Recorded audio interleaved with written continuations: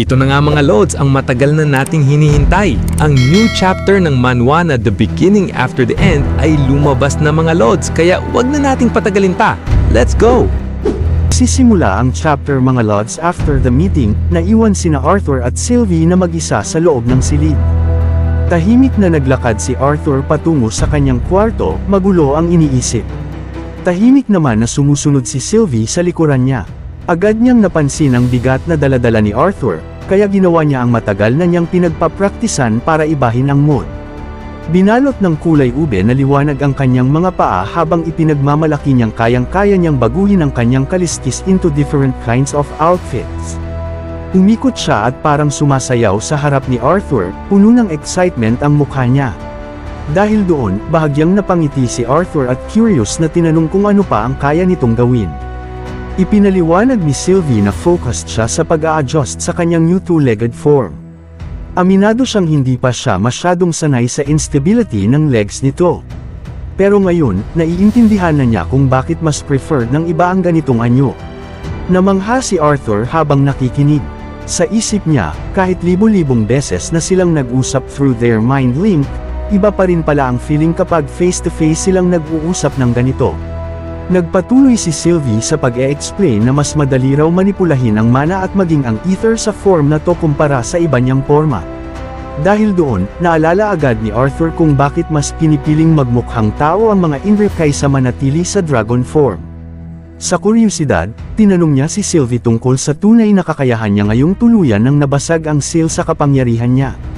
Ipinaliwanag ni Sylvie na bilang miyembro ng Inverth clan na gumagamit ng ether, karamihan ng abilities niya ay nakafocus sa pagpapalakas ng sariling katawan. Kasabay nito, nag-release siya ng bright white light na pumuno sa buong kwarto. Dagdag pa niya, kaya niya ring maglabas ng napakalaking amount ng mana sa isang iglap. Bagamat halatang naguguluhan si Arthur sa lawak ng ipinapakita nitong kapangyarihan, lalong siya kinabahan ng mas lumakas pa ang enerhiya na inilalabas ni Sylvie. Agad niya itong pinigilan at sinabing, "Hoy, huwag mong sirain ang kwarto, o mas malala pa, ang buong kastilyo."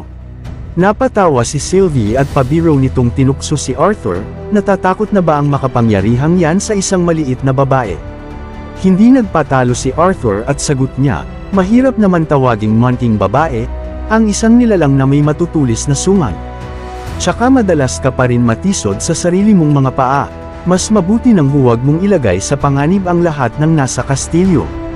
Dahil doon, agad pinahupo ni Sylvie ang kanyang kapangyarihan. Maya-maya, naging seryoso ang tono niya. Sinabi niyang natutuwa siya dahil nabasag na ang seal, mas magiging useful siya sa mga susunod na missions. Pero may parte raw sa kanya na parang hindi pa rin pamilyar. Ramdam niya na sobrang lawak pa ng mga kakayahang hindi niya lubos na nauunawaan. Mahinahon na pinakalma siya ni Arthur. Sinabing marami pa siyang oras para mas makilala ang sarili niyang kapangyarihan. Tutal, ayon sa napag-usapan nila sa meeting, lalo lang magiging magulo at mapanganib ang mga susunod na araw. Biglang natahimik si Sylvie. Makalipas ang ilang sandali, mahina niyang sinabi, kahit ano pa mangyari, meron pa rin tayong isa't isa na maaasahan. At kapag mas na-control na niya ang bagong anyo niya, naniniwala siyang hindi imposibleng matalo nilang dalawa kahit isang side. Napangiti si Arthur sa kumpiyansa ni Sylvie. Sa isip niya, hindi man ganoon kaganda ang tsansa natin, mas mabuti na yan kaysa dati. Humiga siya sa kama habang iniisip ang mga maaaring mangyari sa hinaharap.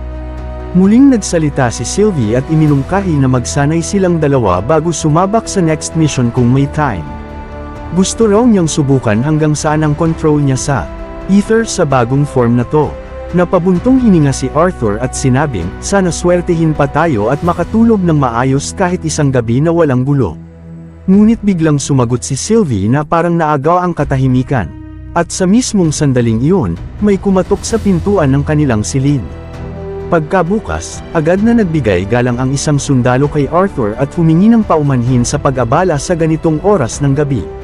Halatang nag-aalinlangan pa ito bago tuluyang sinabi na nais siyang makita ni Commander Varian sa piitan. Nagulat si Arthur pero hindi siya nag-aksaya ng oras. Agad siyang sumunod sa sundalo patungo sa ilalim ng kastilyo. Pagdating doon, agad niyang naramdaman ang mabigat at nakakapanindig na atmosphere ng lugar. Tahimik lamang siyang nagmasid sa mga taong naroon na tila naghihintay sa kanyang pagdating. Si Sir Ian ang unang bumalikat sa katahimikan at sinabing kumpleto na sila ngayong nandito na si Arthur. Naguguluhan naman sina Byron at Haring Olduan.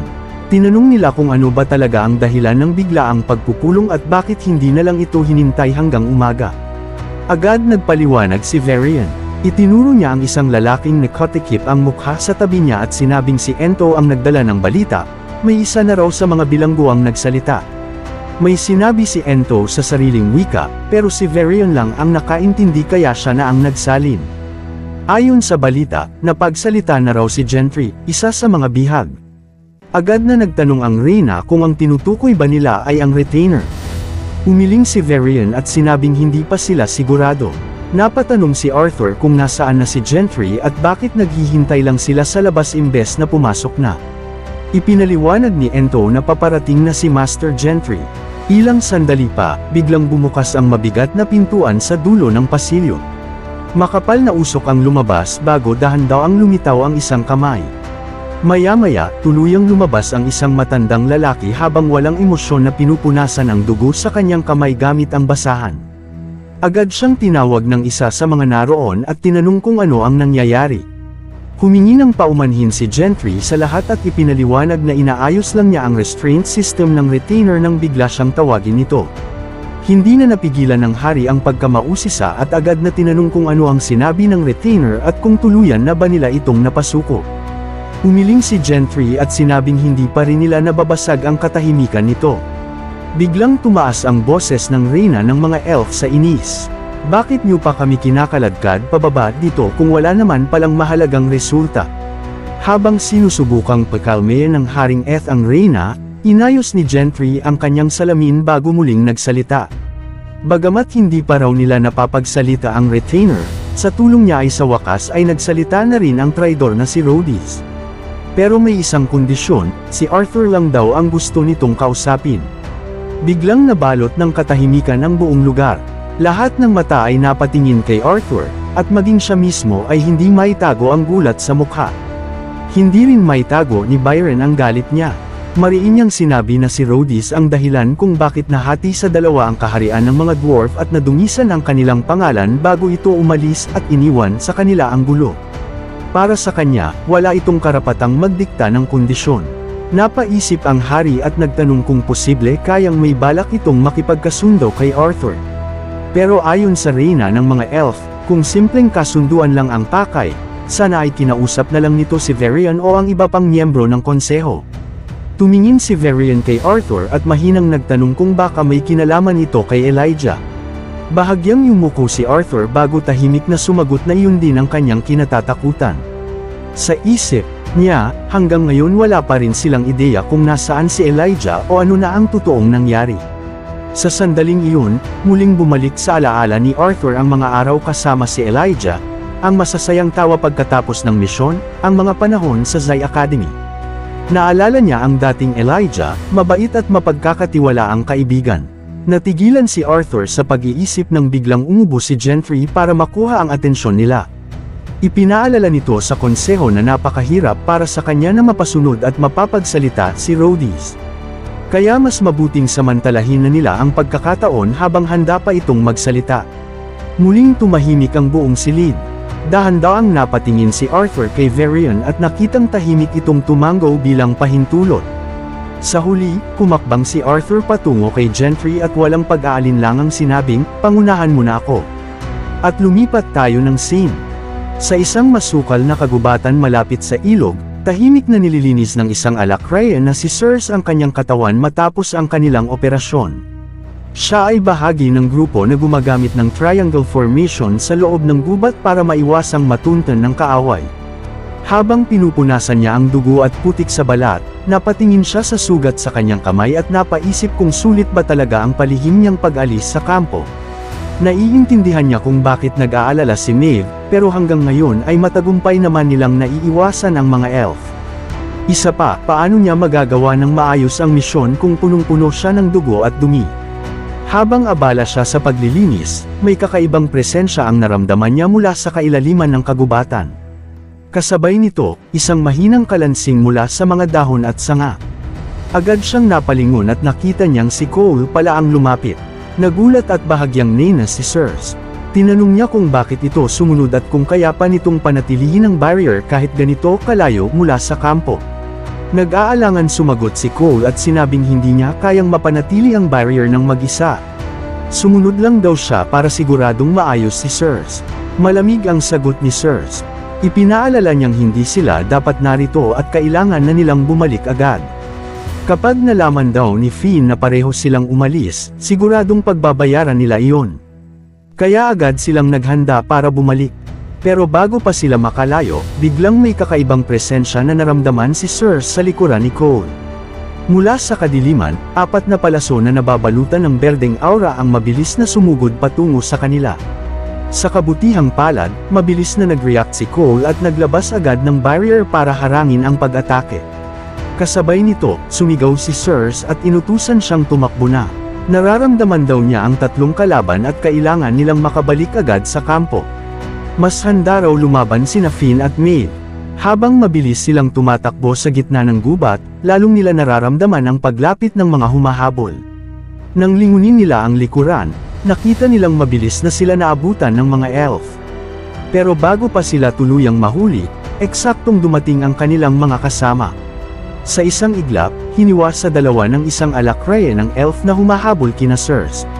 Kasabay nito, isa pang elf ang nagpakawala ng palaso mula sa malayo, pero bago pa ito makapagpaputok ulit ay tinamaan na ng sibat ng isa pang alakrayan. Hindi pa tapos doon, isa pang elf ang sumugod gamit ang espada at halos tamaan ang isang alakrayan. Mabuti na lang at mabilis na naharang ng kasama nito ang sibat, kaya Nas Alba ang nakamamatay na pag-atake. Mula sa likuran, ang babaeng may kulay violet na buhok ang sumigaw para balaan silang tumingin sa likod. Kasabay nito, nagpakawala siya ng naglalagablab na apoy patungo sa elf na palihim na sumusugod mula sa likuran. Sa loob lang ng ilang segundo, nilamon ng apoy ang katawan ng elf hanggang sa tuluyang mawalan ng buhay. Napamura naman ang isa nilang kasamang lalaki habang galit na tinatanong si Cersei kung ano ba talaga ang nangyari. Ngunit nanatiling tahimik si Cersei at walang masagot. Dahil doon, agad silang pinakalma ng violet-haired girl at sinabing mamaya na ang paliwanag dahil kailangan muna nilang makatakas. Wala nang nagawa ang lalaki kundi tumalikod habang pidyo ang inis. Ngunit doon nila napansin ang kakaibang kalagayan ni Cersei. Nanginginig ang buong katawan niya habang mukhang takot na takot sa isang bagay na hindi nila makita. Nagkatinginan ang mga kasama at nagtatakang tinanong kung ano ang problema. Dahan-daang itinaas ni Cersei ang kanyang tingin. Kitang-kita ang matinding takot sa mukha niya nang ibunyag ang bagay na kanyang nararamdaman. Hindi lang iilang elf ang paparating, napakarami nila. Sisimula ang chapter mga lods sa huling part ng kwento halos mahuli na ang mga alakrayans na pumasok sa gubat. Napapalibutan na sila ng mga sundalong handang pumitil at parang wala na talagang escape para sa kanila. But biglang lumipat ang scene, ipinakita si Arthur na dumating para bisitahin si Rhodys. Si Rhodys ay dating isa sa mga hari ng mga dwarf, pero nag-traitor siya sa kanyang sariling lahi kaya siya'y dinakip at ikinulong. Sa loob ng prison cell, makikita siyang nakaupo, hubad, sugatan at halatang pinahirapan, isang anyo na sobrang layo sa dating dignity ng isang hari. Dumating si Arthur sa kulungan dahil nais ni Rhodys na makita at makausap siya. Sa pagdating niya, mahinang nagsalita ang matanda at magalang na nagpasalamat sa kanyang presence sabay pahiwatig na may gusto siyang simulan. Pero naguluhan si Arthur sa narinig niya. Bago pa man siya makapagsalita, biglang nag-change ang demeanor ni Rhodys. Itinaas nito ang kamay at parang pumasok sa isang deep recitation. Sa gitna ng piitan, nagsimula siyang magkwento sa anyong tula. Isang mahabang salaysay tungkol sa isang batang isinilang sa kahirapan, pero may hidden destiny of greatness. Ikinwento niya ang batang lumaki sa simpleng bayan. Pinalaki ng magulang na nagturo sa kanya ng mundo at pakikipaglaban. Isang batang may fire sa kalooban na lumaki, naglakbay at hinarap ang trahedya at mga pagsubok na hindi maiiwasan sa story ng isang bayani. Sa bawat stanza, tila binubuo niya ang image ng isang hero to be na patuloy na lumalakas habang dumadaan sa pain, loss at war. Habang lumalalim ang kanyang recitation, nagsimulang maghalo ang mga blurry images ng nakaraan sa paligid ng kanyang words. Nakatitig lang si Arthur, hindi makagalaw, parang sinusubukan niyang intindihin ang real meaning ng lahat ng ito. Pero sa gitna ng kanyang daze, biglang hinawakan ni Rhodys ang kamay ni Arthur at nagtanong, sino nga ba ang magde-decide ng final judgment sa pagitan ng light at darkness, ng hero at ng enemy? Sa sandaling yun, naputol ang kanyang flow nang marahas na bawiin ni Arthur ang kamay niya. Dahilan para bumagsak si Rhodys sa floor ng kulungan. Makikita sa mukha ni Arthur ang intense disgust at doubt. Kahit hirap ang katawan, tumawa pa rin si Rhodys at nagsalita habang nakasubsob sa sahig. Inamin niyang akala niya isa lang illusion si Arthur kaya pinaghandaan niya ang whole performance na yun. Isang mahabang monologue na inulit-ulit niya habang nakakulong para mapalipas ang oras. Sa gitna ng kanyang speech, ipinahayag pa niya ang weird admiration sa warmth ng isang real human being. Isang bagay na matagal na niyang hindi naramdaman. Pero cold ang response ni Arthur. Tinawag niyang hindi normal ang pag-iisip ni Rhodys at sinabing obvious na naapektuhan na ito ng matagal na pagkakakulong. Hindi sumang-ayon ang matanda, sa halip, pinaglabanan niya ang word na unbalanced, at ipinaliwanag na kahit ano pa ang itawag dito, baliw, wasak o bali ang isip, wala nang value ang mga labels na yon. Para sa kanya, ang importante ay ang message na gustong iparating kahit ito man ay tula o simpleng salita lang. Muntik nang magsalita ulit si Arthur tungkol sa tula, pero pinutol agad ni Rhodys. Inamin niyang ang buong recitation ay parte lang ng kanyang way para maalis ang boredom. Isang performance habang siya'y nakakulong. Nagbago ang tingin ni Rhodys. Mas matalim habang tinatitigan si Arthur. Biro niyang inamin na baka nga ito lang ay words ng isang unbalanced person. Pero kasabay nun, sinuri rin niya kung talagang nakikinig si Arthur sa kanya. Hindi na nag-hesitate pa si Arthur. Bigla niyang sinakaw si Rhodys at idiniin sa sahig. Binigyan din ng warning na hindi ito biro at ang kanyang freedom o suffering ay nakadepende sa cooperation niya sa council at sa Daiden. After that intense statement, binitawan niya ang matanda at coldly sinabing hindi ito ang time para maglaro o magtagos sa likod ng mga tula. Tahimik na pinunasan ni Rhodys ang leeg na sinakaw at sa mahinang boses ipinakita niyang alam niya ang kanyang situation. Pero nanindigan siya na nasabi na niya ang kailangan niyang sabihin. At kung ano man ang mapapala ni Arthur dito, wala na siyang pakialam. Sa huli, nanatiling tahimik si Arthur, walang sagot pa. Biglang lumipat ang scene. Makikita si Arthur na nakaupo sa harap ng mesa. Tahimik na nagsusulat, pero behind his silence, magulo ang kanyang mind. Ramdam niya ang sobrang irritation sa sarili na parang hindi niya maayos-ayos ang kanyang thoughts. Habang patuloy siyang nagsusulat, napapahawak siya sa ulo. Pilit inaalala ang bawat detail ng tula na narinig niya. Paulit-ulit niyang iniulit sa isip ang mga lines. Umaasa na tama ang kanyang memory. Para sa kanya, ang main message ng tula ay tungkol sa isang hero, isang batang isinilang sa poor town. Nakabalot sa simple life pero may bigger destiny. Isang tao na galing sa poverty pero destined for greatness. Just like all heroes sa simula ng kanilang stories. Pero habang iniulit niya ito sa isip, nararamdaman niyang may mas malalim pa. Parang may connection ito sa kanya mismo. Bigla siyang napaisip, paano nalaman ni Rhodys ang details ng kanyang childhood? Hindi ito simpleng guess. Tama ang ilan sa mga nabanggit tungkol sa kanyang origin sa Ashford. Pwede niyang nakuha sa info mula sa council. Pero kahit ganon, hindi maalis sa kanya ang feeling na may mali. This doesn't feel right. Habang lalong iniisip niya ang tula tungkol sa light na nagdudulot ng darker shadow, napapatanong siya kung ito ba ay referring sa pagdami ng kanyang enemies habang siya ay lalong nagiging strong. Lalong uminit ang ulo niya sa confusion at irritation. Patuloy niyang sinusubukan intindihin ang deeper meaning lalo na yung tungkol sa night at white pero lalong nagiging confusing. Sa sobrang inis, ibinagsak niya ang pen sa mesa. Pagkatapos ay tumayo at humiga na lang sa kama. Pilit pinapakalma ang sarili, pero kahit nakahiga na, hindi pa rin tumitigil ang kanyang thoughts. What if walang meaning talaga ang lahat ng ito? What if ang tula ay ginawa lang para ay confuse siya o para makuha ang atensyon niya? Sa gitna ng silence, nanatiling gumugulo ang mga questions sa isip niya habang nakakunot ang mukha, hindi pa rin nakakahanap ng sagot. Hindi nagtagal, nakatulog ng mahimbing si Arthur at sa kanyang dream ay napunta siya sa isang napakalaking bahay. Doon, muli niyang na-recall ang sarili niya noong kabataan sa kanyang old life. Kung saan patuloy siyang nagsasanay kasama ang isang babaeng guro. Sa panahong yun, pinapaisip siya ng guro na dapat niyang makita ang kalaban as a whole at tinatanong siya kung ano ang napapansin niyang difference. Habang si Gray ay magsasalita pa sana para mag-explain, agad siyang pinutol ng guro at sinabihang huwag maging over sa talino. Kahit strict ito, malinaw kay Gray na may purpose ang lahat ng training na yon. Ilang buwan na ang lumipas mula nang siya ay makuha at mailigtas ni Lady Vera. After gumaling ang kanyang wounds, nagsimula na siyang mag-training under her guidance. Sa bawat step ng training, mabilis siyang natututo at napapansin ang movements ng kanyang body like proper rotation at weight shifting para mas malawak ang reach ng bawat move.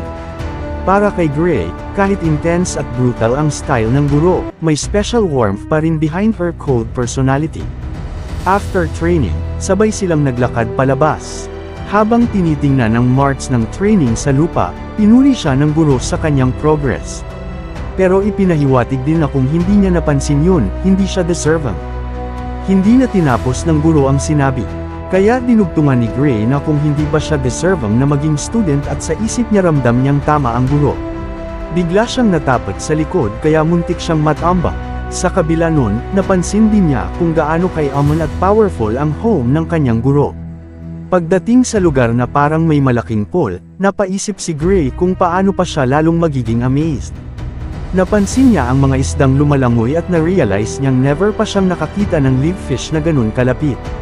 Bigla siyang inutusan na subukan hulihin ang isa gamit ang bare hands. Without using any energy or ki, nagulat siya sa order at naisip kung paano posible yun lalo na baka mamatay ang isda kapag inalis sa tubig. Pero hindi na siya pinakinggan ng guro at sinabing subukan na lang.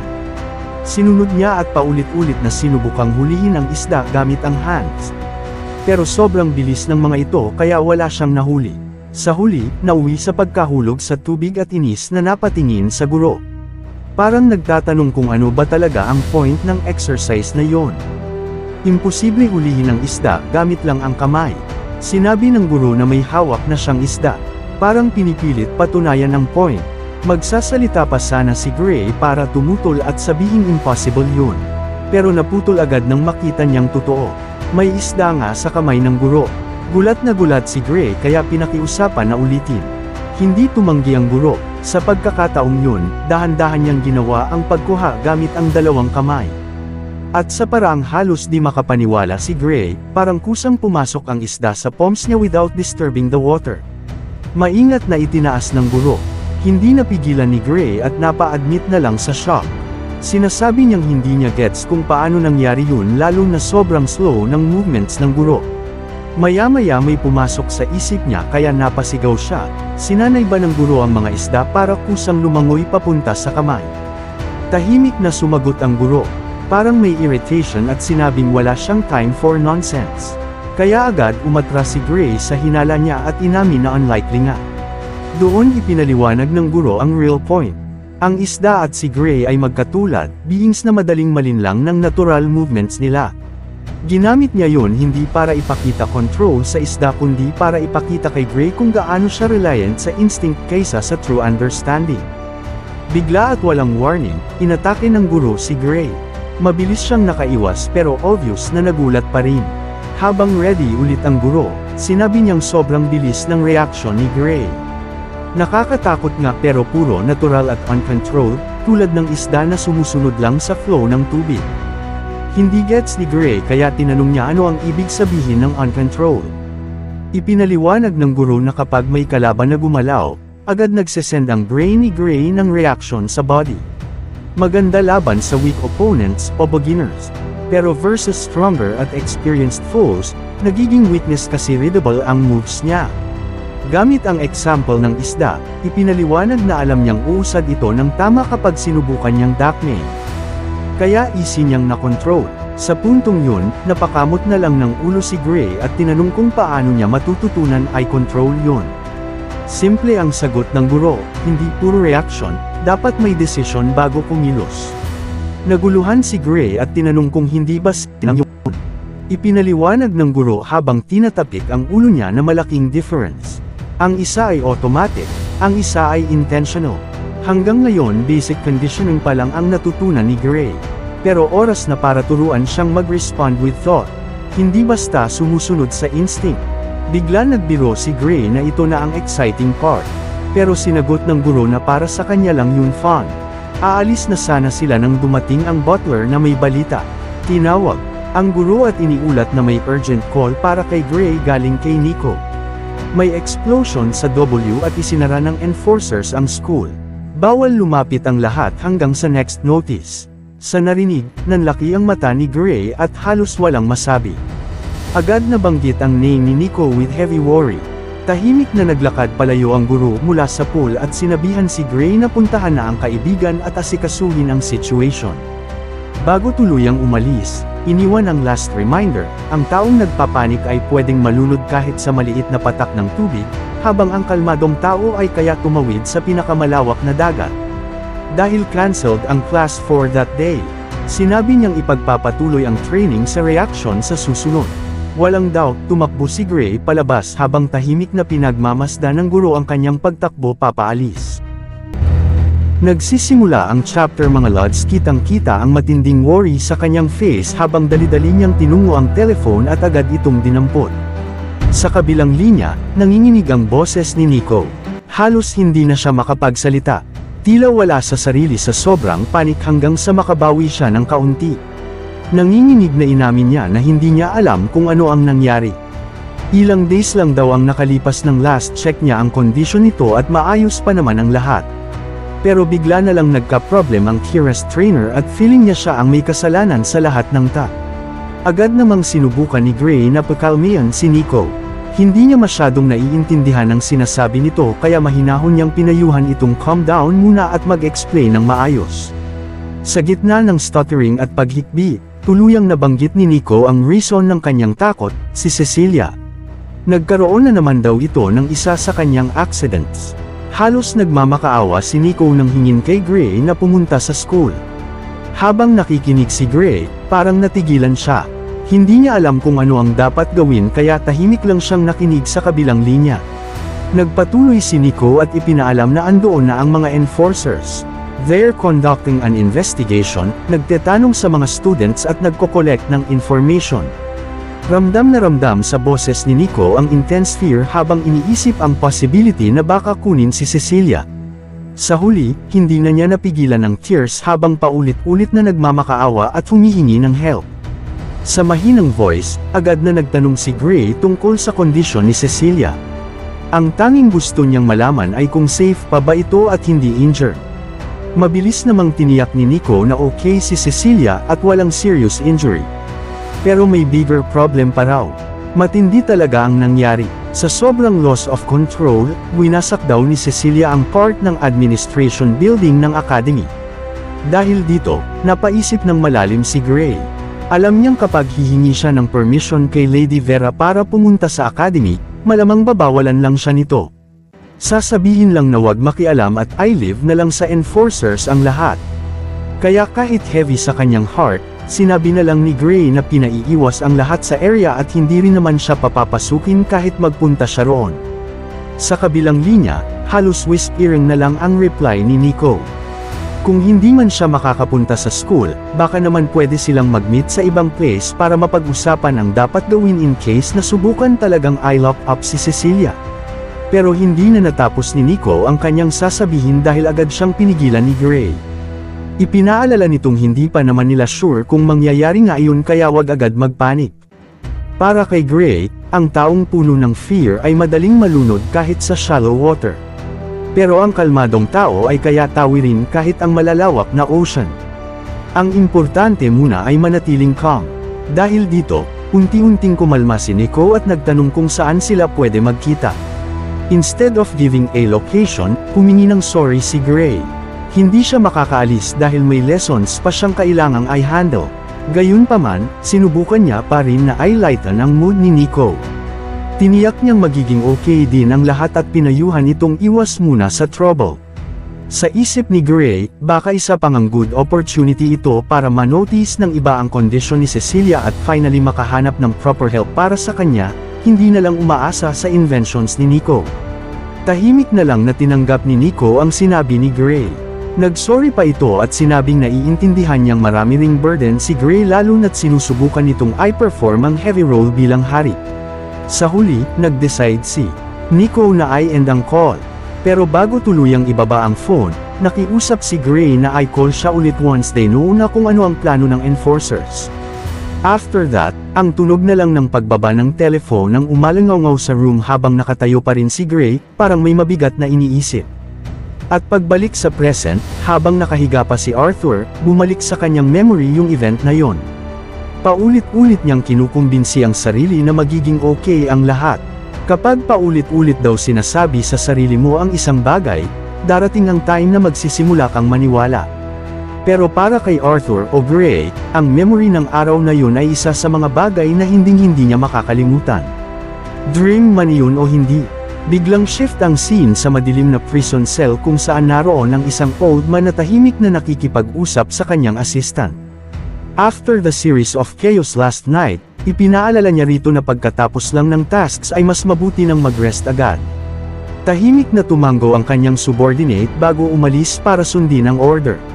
Pero habang naglalakad ang messenger sa narrow at cold hallway ng prison, parang may strange presence na mabilis na papalapit sa kanya. In just a split second, may something na biglang sumugod. Wala man lang chance na sumigaw ang lalaki. Ang naiwan na lang ay ang bucket na may water at ang torture tools na nagkalat sa floor, parang may masamang nangyari.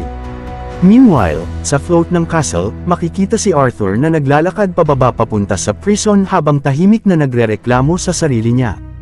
Hindi pa rin siya comfortable sa suot niyang outfit, pero alam niyang kapag ulit siyang pupunta sa meeting na hindi proper ang pananamit, tiyak na hindi siya palalampasan ni Veer Ian. Habang naglalakad, hindi rin mawawala sa isip niya yung weird dream o memory na ilang days pa lang ang nakalipas. Napaisip siya kung may part ba ng poem ang cause ng mga strange visions na yon. Umaasa siyang re-recite ulit ni Rhodys ang poem o mas better kung bigyan siya ng direct explanation. Pagdating niya sa lower part ng prison, nadatnan niyang may isang guard na parang madalas mag-dozing off habang on duty. Napailing si Arthur at napaisip kung madalas bang natutulog ang guy na ito habang nagbabantay. Habang palapit siya, bahagyang napangiti at parang may idea na pumasok sa utak niya.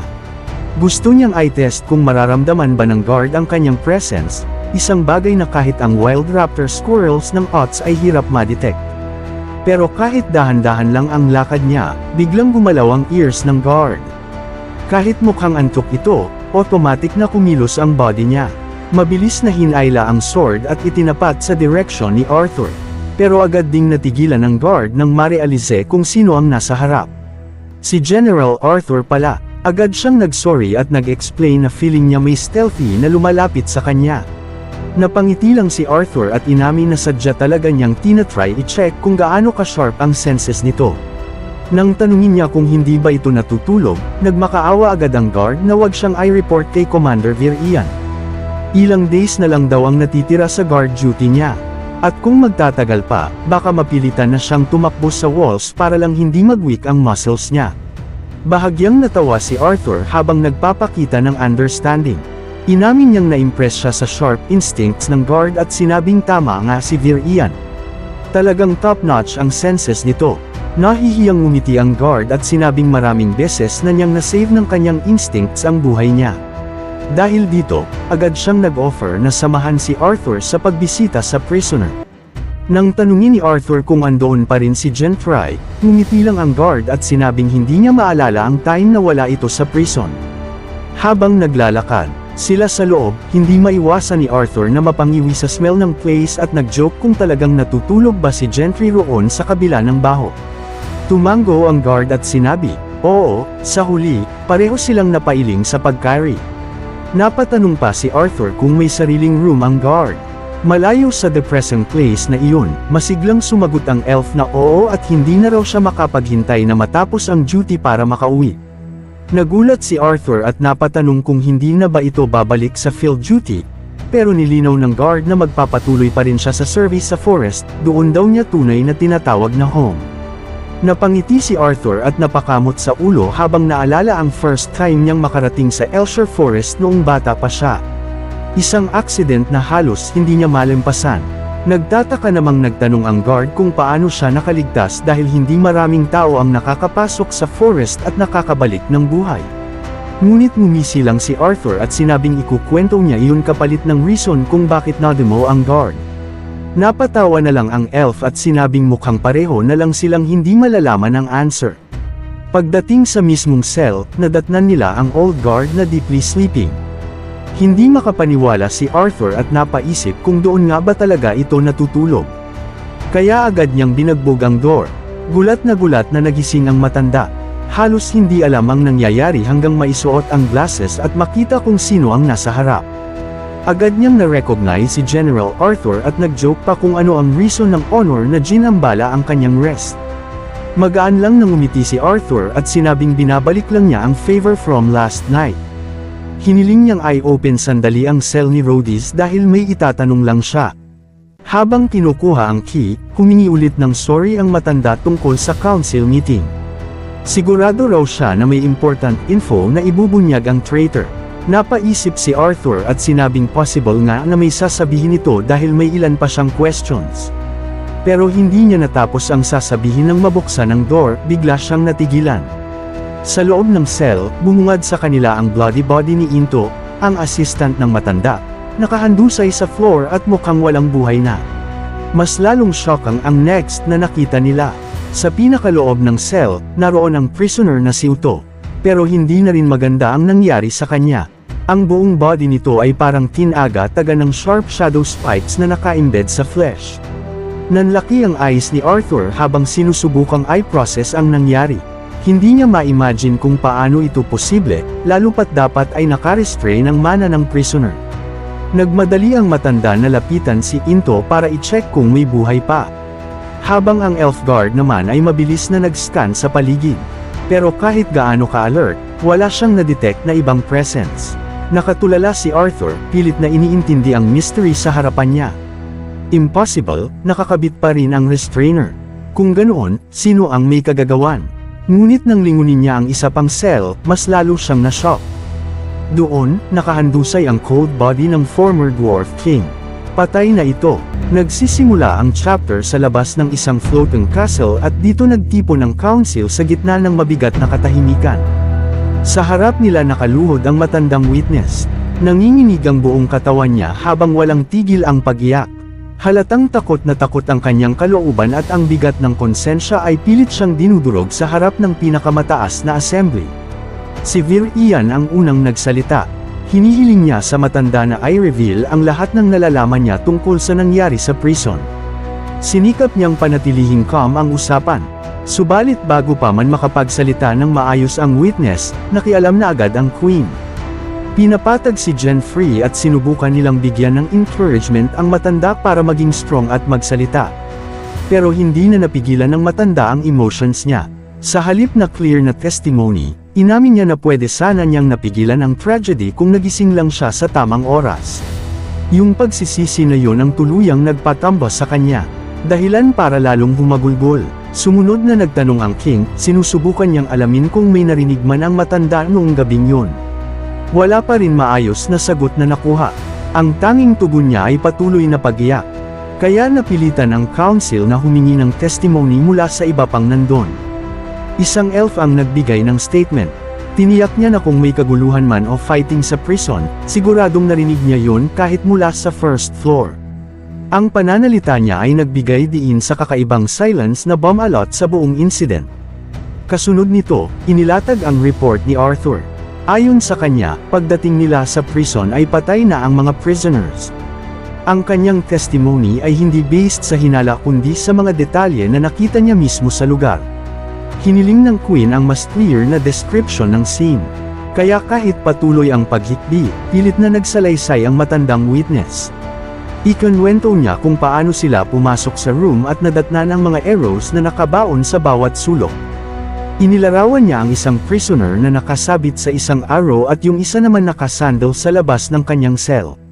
May arrow na tumusok sa core niya. Ipinaliwanag din ng elf guard na hindi clear kung ang prisoner ba ay nakalabas mag-isa o may tumulong sa kanya. Binanggit din na gusto sana niyang mag-investigate pa, pero si Arthur ay may plano munang magtanong kay Rhodys tungkol sa isang point. Dito muling nagsalita si Arthur. Ipinaliwanag na pagdating niya kay Rhodys ay patay na rin ito. Tinusok sa gitna ng katawan. Ibinahagi rin ang kalagayan ng iba. Si Jenfrey ay natutulog malapit sa room habang si Albold ang nagbabantay sa main door. Sa kabila niyon, nagawa pa rin ni Albold maramdaman ang mana ni Arthur kinabukasan, patunay na gising pa rin at capable magbantay. Idinagdag pa na maraming guards ang walang kamalay-malay sa mga floor sa pagitan ng first level at ng prison. Kung may pumasok man sa castle, wala talagang naiwang kahit anong trace. Matapos pakinggan ang lahat ng testimonies, nagbigay ng desisyon si Virian dahil magkakasundo ang lahat ng witnesses. Napagpasyahan ng council na wala sa kanila ang may direct involvement sa pagkamatay ng mga prisoners. Gayunpaman, alam ng council na ang biglaang pagkamatay ni Rhodys at Uto ay sapat na para magdulot ng malaking kaguluhan hindi lang sa loob ng floating castle kundi pati na sa labas. Alam nila na kahit maliit na mali ay pwedeng magdulot ng takot at doubt sa buong kingdom. Sa gitna ng meeting, muling nagbigay ng order si Virian. Inatasan niya si Jenfrey na temporarily mag-step down sa duties niya. Ipinaalam na pwede lang siyang bumalik kapag ipinatawag ulit ng council. Isa tong hakbang para sa smooth investigation at para rin sa emotional state ni Jenfrey pagkatapos ng nangyari. Ang pagkakakulong sa isang high-profile prisoner mula sa Alecria ay dati nang nagbigay sa mga tao ng dikiden ng feeling of power at control. At kahit hindi nagluksa ang council para kay Rhodys, malinaw na ikinalungkot nila ang pagkawala ng important information na dala niya. Impormasyong pwedeng nagbago sa takbo ng war. Sumalo ang elf na si Albold habang tinatanggap ang next verdict ni Virian. Ipinag-utos na ipadala siya pabalik sa Elshire Forest para tumulong sa mga forces doon. Isang desisyon para ilayo siya sa center ng incident at palakasin ang defense sa ibang parte ng kingdom. Para maiwasan ang chaos, ginawa ng council ang klasikong ginagawa ng maraming leaders sa ganitong failures, itinago nila ang buong truth. Bilang last decision, bumaling si Virian kay Arthur at sinabing mananatili siya sa castle sakaling kailanganin ang kanyang power at abilities. Walang objection si Arthur. Tahimik na natapos ang council meeting sa gitna ng hall. Magalang na yumuko si Arthur bilang sign of agreement habang ang bigat ng secret ay nanatiling nakabaon sa loob ng floating castle. Kinahapunan, makikitang tahimik na nakatayo si Virian malapit sa bintana habang seryosong nakatingin sa labas ng castle. Ang bigat ng silence sa paligid ay parang sumasalamin sa tensyon na bumabalot sa buong kontinent. Hindi nagtagal ay lumapit si Arthur. Ramdam na ramdam ang worry sa mukha niya. Alam niyang mabigat ang sitwasyon. 3 tao na ang napatay at pinaniniwala ang gawa yun ng enemy forces. Ang mas nakaka-worry pa, nangyari lahat yun sa isa sa pinakaligtas na lugar sa buong dikiden. Pero sa halip na magpakita ng fear, nanatiling calm si Virian, parang gusto niyang iparimin kay Arthur na kung talagang worried siya sa safety ng lahat, hindi niya hahayaang manatili ang mga tao roon. Dahil dito, natahimik si Arthur at napaisip ng malalim. May point si Virian. Kung kaya ngang pasukin ng kalaban ng castle, bakit hindi na lang diretso nilang pinatay ang council o kahit isa sa kanila? Hindi logical. Biglang bumalik sa isip ni Arthur ang mga sinabi ni Agrona noon tungkol sa war. Ayon sa kanya, ang goal ng gyera ay sakupin ang continent with the least number of casualties as much as possible. Naalala rin niya kung paano siya tinanong ni Agrona tungkol sa situation sa Alaqua at kung paano siya pinayuhan na magdesisyon agad. Lalong lumalim ang iniisip ni Arthur. Unti-unti niyang na-realize na baka hindi lang simpleng conquest ang goal ni Agrona. Baka gusto niyang makuha lahat ng resources, buhay man o hindi, na nandito sa continent. Naalala rin niya yung isa pang warning ni Agrona. Papasok na raw ang war sa next phase at hindi yun pabor sa side nila. Dahil dito, sinubukan ni Arthur ay connect lahat ng naaalala niya. Posibleng plano ni Agrona na palakasin muna ang kanyang power bago diretso sa lakayin sila. Kasabay nito bumalik sa isip niya si Rhodys. Napatanong siya kung may importanteng bagay ba talagang inihayag nito noon. Posible bang ginamit ni Rhodys ang poem para lampasan ang isang curse? At may connection ba yun sa nangyari kay Cynthia? Habang nalulunod si Arthur sa kanyang thoughts, muling nagsalita si Vir-Ian at inamin na sa totoo lang wala rin siyang clear answer sa mga nangyayari. Ang war na to ay sobrang laki. Ibang-iba sa lahat ng battles na naranasan ng lupain dati. Pero may weird na feeling na hindi niya ma-explain. Dahil dito, napatanong si Arthur kung bakit ba parang masyadong tahimik ang lahat these past few days. Tahimik na tumango si Vir-Ian bilang agreement. Pareho nilang nararamdaman ang weird calm bago ang storm. Sang-ayon si Arthur, parang may malaking bagay na malapit nang mangyari pero hindi pa niya matukoy kung ano. Matapos ang usapan, makikitang naglalakad mag-isa si Arthur sa mahabang hallway ng castle. Tahimik ang paligid, pero ang isip niya ay punong-puno ng worries. Pakiramdam niya masyadong mabilis ang takbo ng lahat. Parang hindi na niya masasabayan ang changes. Bigla siyang tumigil sa harap ng isang window at tahimik na tinitigan ang view sa labas.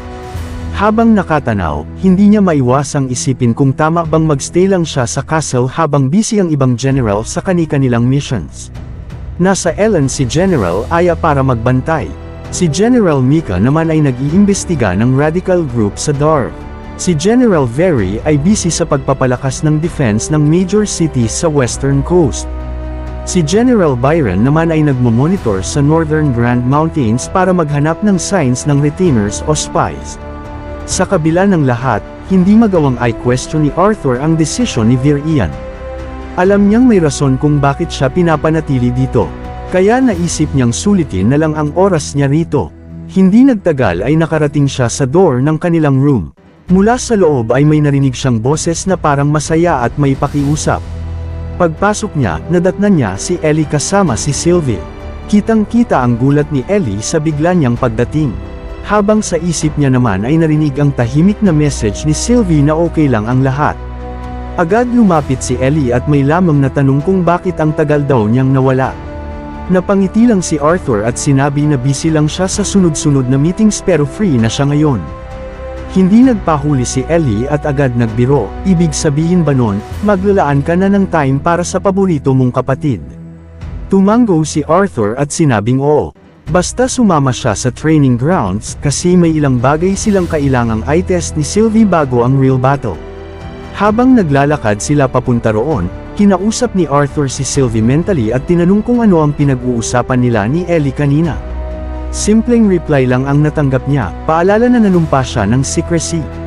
Bago sila pumasok sa training room, napatingin si Arthur kay Ellie at bahagyang napangiti. Natutuwa siya na nagkakasundo ang dalawa at nagtitrust sa isa't isa.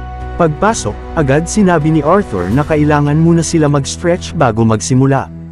Walang reklamo, sinimulan ni na Arthur at Ellie ang stretching. Inaya rin niya si Sylvie na sumali. Sa una ay uncomfortable si Sylvie kasi hindi pa siya sanay sa human form, nahihirapan siya kahit sa basic movements. Maya-maya bigla siyang natisod kaya natawa sina Arthur at Ellie habang tinulungan siya ni Ellie na tumayo.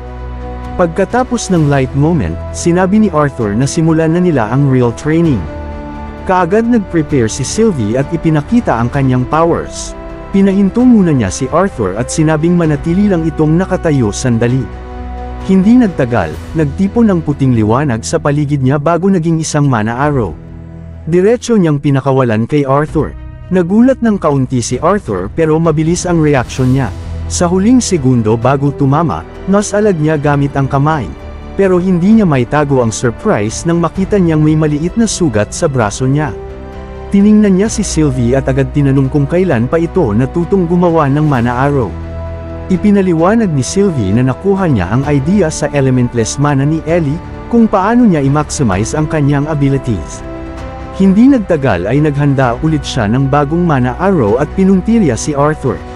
Muli niyang sinalo pero habang tinitingnan ang arrow, napansin ni Arthur na sobrang different ito sa kay Ellie.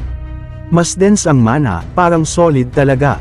Hindi man mataas ang raw power, sobrang bilis ay concentrate ni Sylvie ang mana sa ganun siksik na form kaya hindi agad nawawala ang spell sa first impact.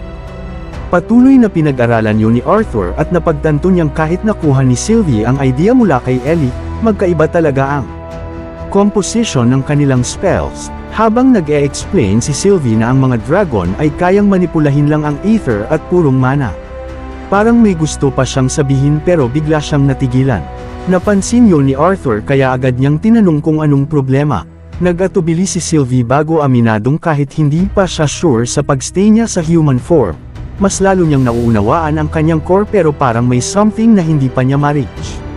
Sa halip na mag-worry, ngumiti lang si Arthur at sinabi, baka mas maintindihan mo yan kapag lalo ka pang lumakas.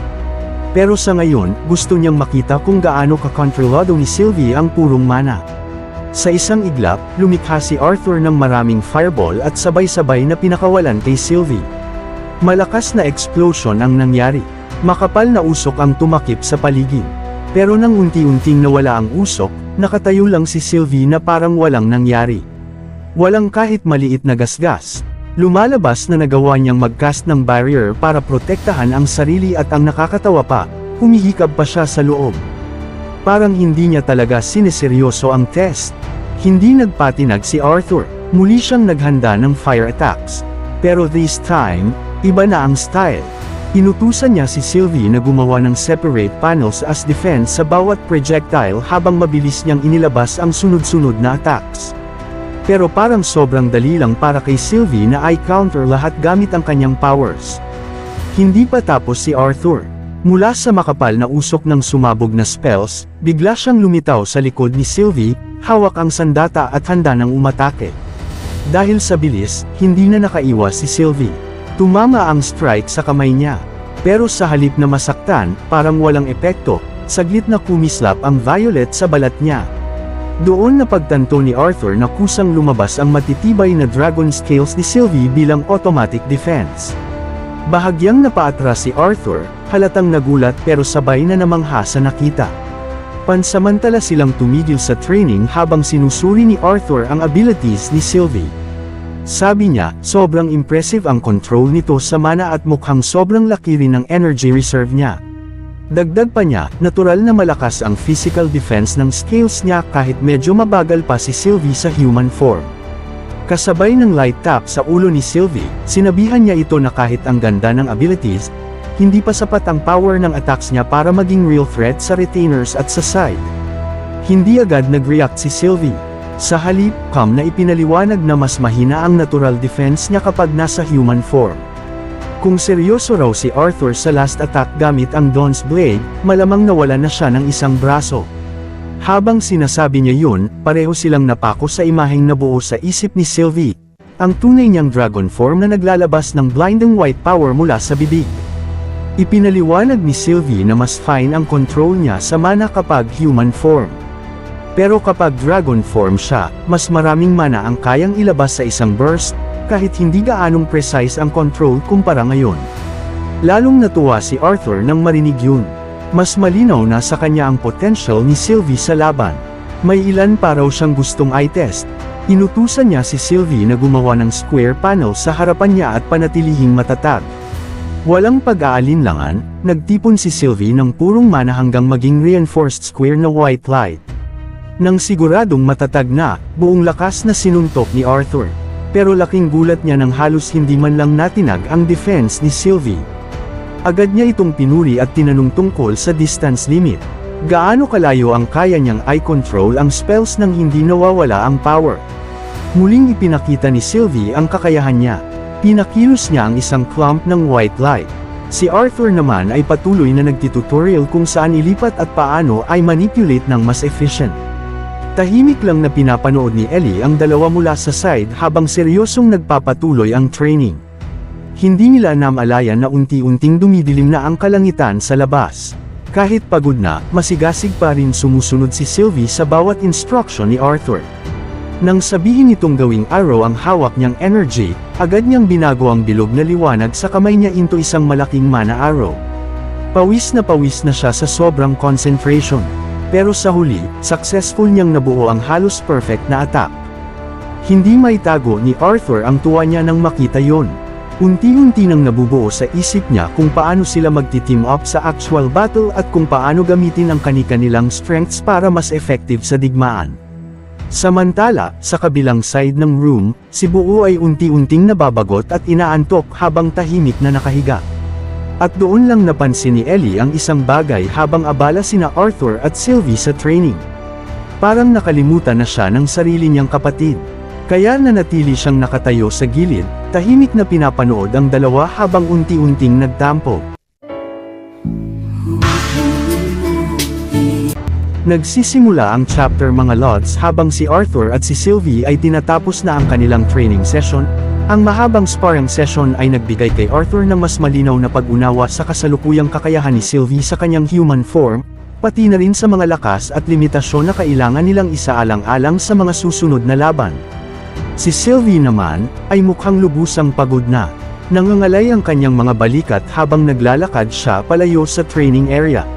Nagpalitan ang dalawa ng playful high five na parang isang fighter ang nagtatag out habang ang susunod ay papasok sa arena. "Your turn," bulong ni Sylvie. At sa sandaling makarating siya kay Buo, halos bumagsak na siya sa malambot na balahibo ng higanteng oso. Naglabas si Buo ng mababang tunog ng surpresa, pero hindi siya gumalaw. Pinahintulutan ang pagod na dragon na gamitin siya bilang living pillow. Hindi napigilan ni Arthur na tumawa. "Get some rest." Sa sandaling iyon, lumapit si Ellie na may halatang excitement na kumikinang sa kanyang mga mata. Hinigpitan niya ang hawak sa kanyang baw at halos tumalon-talon sa kanyang mga paa habang papalapit siya sa gitna ng training field. Sa pamamagitan ng kanilang mental connection, agad na nagsalita si Sylvie kay Arthur. "Huwag mo siyang masyadong paghirapan." Nagtaas si Arthur ng kilay. "Bakit?" "Dahil buong araw niyang hinihintay ito," sagot ni Sylvie. "At talagang gusto niyang mag-impress sa'yo." Tumingin si Arthur kay Ellie, na ngayon ay hinahatak na ang kanyang bowstring na may eager expression. Isang maliit na ngiti ang lumabas sa kanyang mukha. "Walang kasayahan doon," sagot niya. Nagtanim si Ellie ng kanyang mga paa ng mahigpit at itinaas ang kanyang bow. "I'm ready." Tumango si Arthur. "Let's see what you've got." Walang babala, bahagyang sinipa niya ang lupa. Ilang chunks ng bato ang sumabog pataas at tumulak patungo kay Ellie na parang cannonballs. Hindi partikular na malakas ang pag-atake, pero sapat na mabilis upang subukan ang kanyang mga reaksyon. Agad na tumalas ang mga mata ni Ellie. Hinatak niya ang kanyang bowstring. Fuyet! Isang mana arrow ang tumulak pasulong. Sumabog ang unang bato. Sumunod pa ang isa pang arrow. Sa loob ng ilang sandali, lahat ng paparating na projectile ay sumabog sa mga piraso bago pa man sila makarating sa kanya. Nagkalat ang stone dust sa hangin. Bahagyang ibinaba ni Ellie ang kanyang bow at ngumiti ng mayabang. "Kailangan mo pang gawing mas mabuti yan." Kumurap si Arthur, tapos ay tumawa. Confident. Itinaas niya ang isang kamay. 12 ng fireballs ang agad na lumitaw sa paligid niya. Ang mga kumikinang na bilog ay lumutang sa hangin na parang maliliit na araw, pinupuno ang training grounds ng init. Tumingin si Arthur kay Sylvie. "Sa ganitong bilis," sabi niya. "Baka hindi ko na nga magawang mag-isi sa kanya." Ngumiti si Arthur.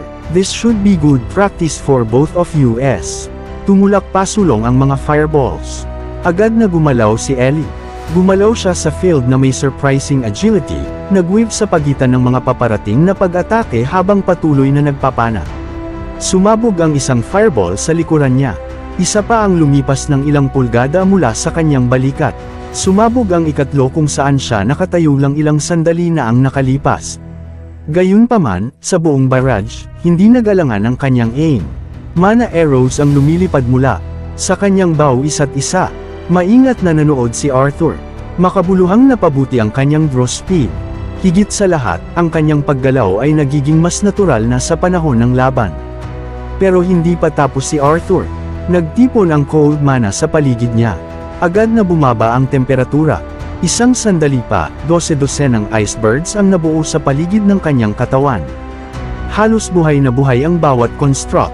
Sa isang pitik ng kanyang pulso, ang mga nagyayelong ibon ay tumulak patungo kay Ellie. Galing sa maraming direksyon ng sabay-sabay ang pag-atake. Agad na tumalon. Pabalik si Ellie habang patuloy na nagpapana. Arrow pagkatapos ng arrow ang tumulak sa hangin. Bawat iceberg ay sumabog bago pa man makarating sa kanya. Wala ni isa ang nakaligtas. Bahagyang lumaki ang mga mata ni Arthur. Nakakatakot na ang kanyang accuracy. Sa mismong sandaling sumabog ang huling ice construct, nagpalit ulit ng elemento si Arthur.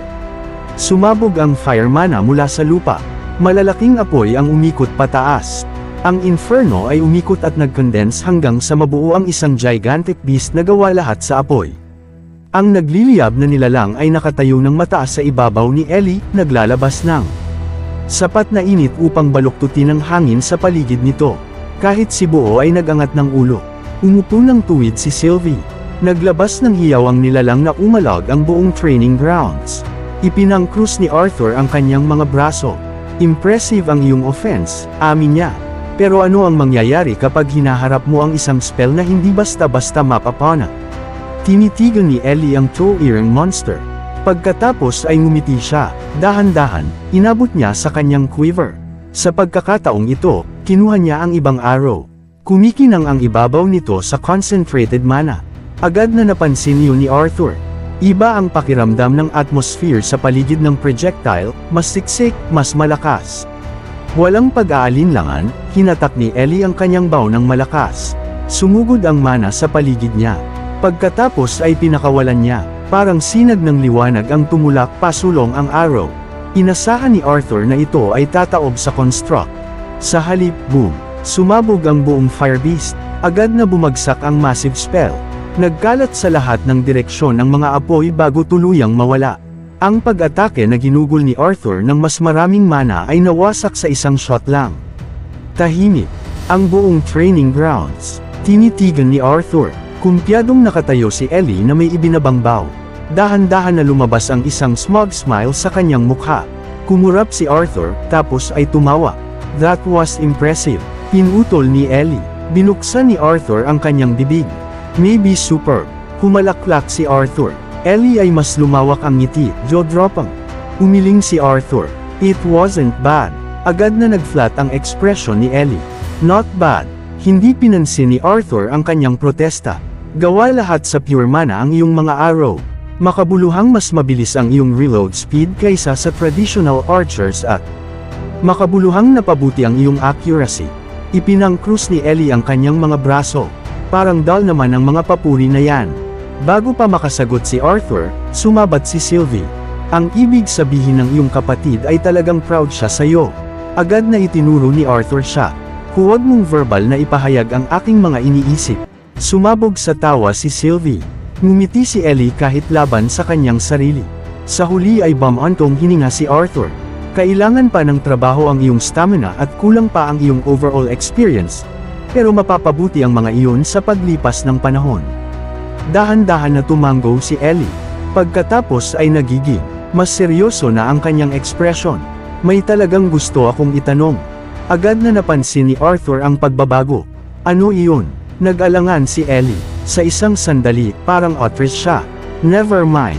Agad na umupo ng tuwid si Sylvie. No. Itatanong mo ngayon. Pinakipot ni Arthur ang kanyang mga mata.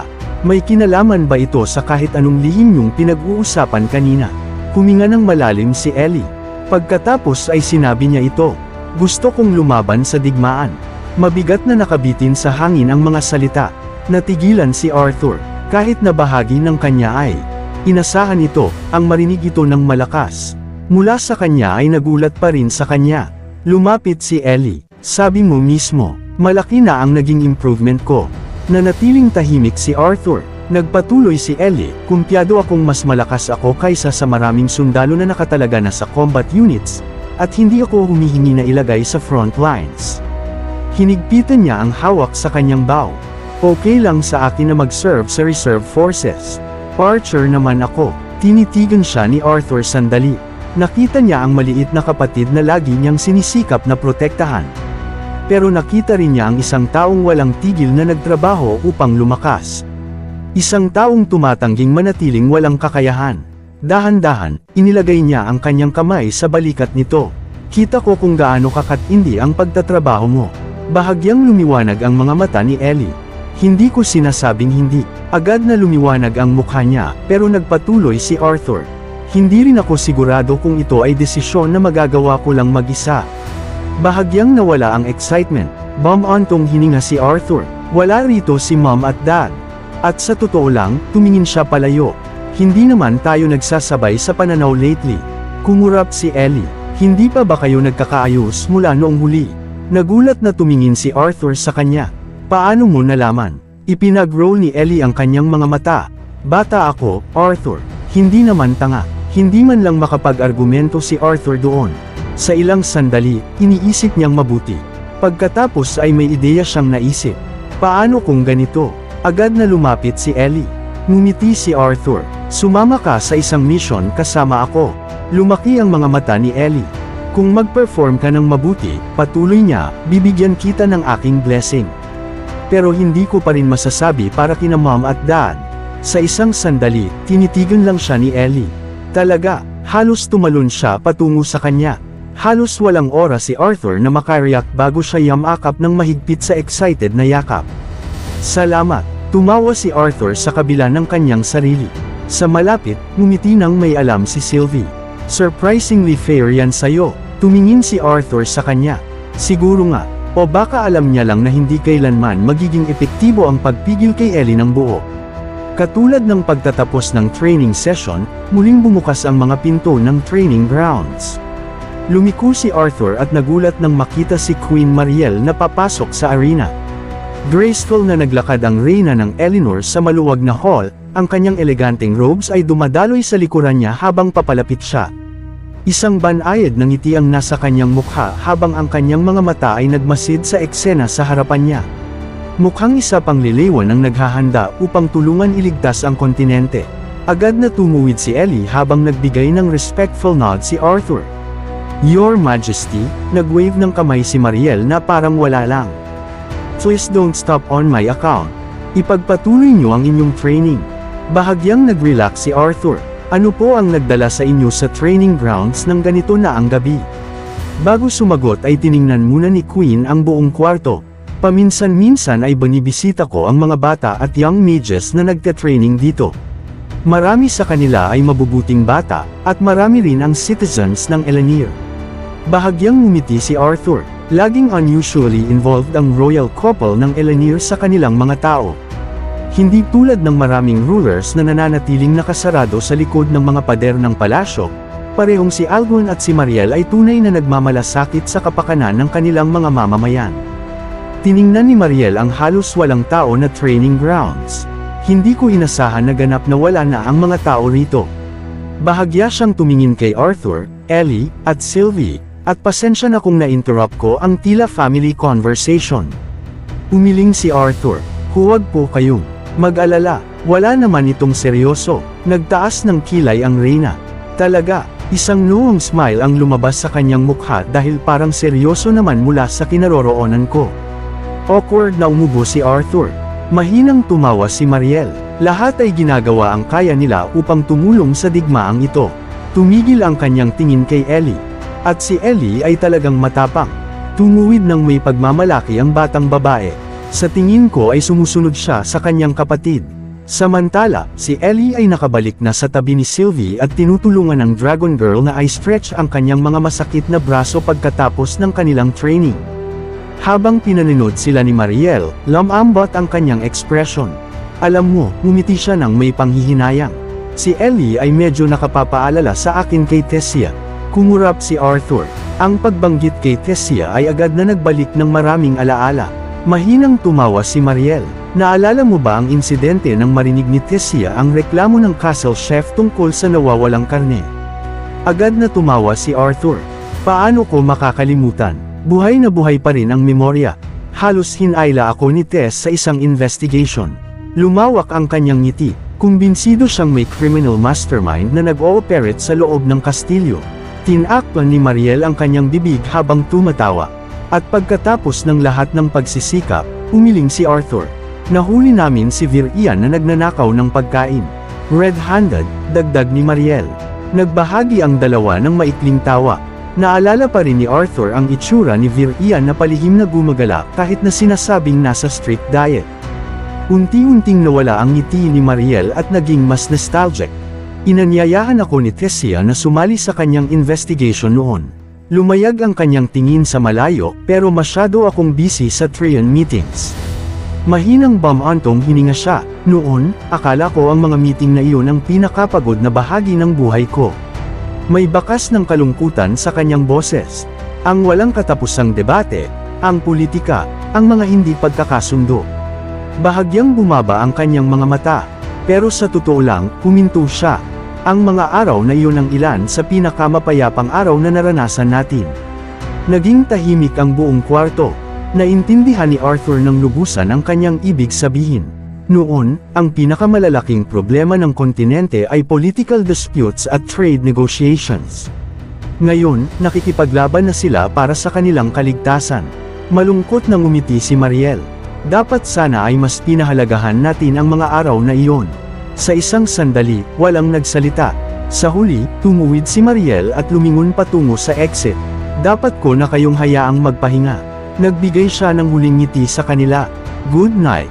Habang nagsisimula siyang lumakad palayo, biglang tumawag si Arthur, Your Majesty. Tumigil si Mariel at lumingon. Nakatagpo ni Arthur ang kanyang mga mata. Sa gabay ng council, may tahimik na determinasyon sa kanyang boses. Kami ng mga Lances ay gagawin ang lahat ng aming makakaya upang matiyak na babalik ang mga mapayapang araw na iyon. Sa maikling sandali, tinitigan lang siya ni Mariel. Pagkatapos ay ngumiti siya, isang tunay na ngiti, puno ng pag-asa. Naniniwala ako na magagawa niyo. Pagkatapos niyon, umalis siya sa training grounds. Isinara ang mga pinto sa likuran niya. Nanatiling tahimik si Arthur, Ellie, at Sylvie sa ilang sandali pagkatapos. Lahat sila ay naiintindihan kung ano talaga ang nakasalalay.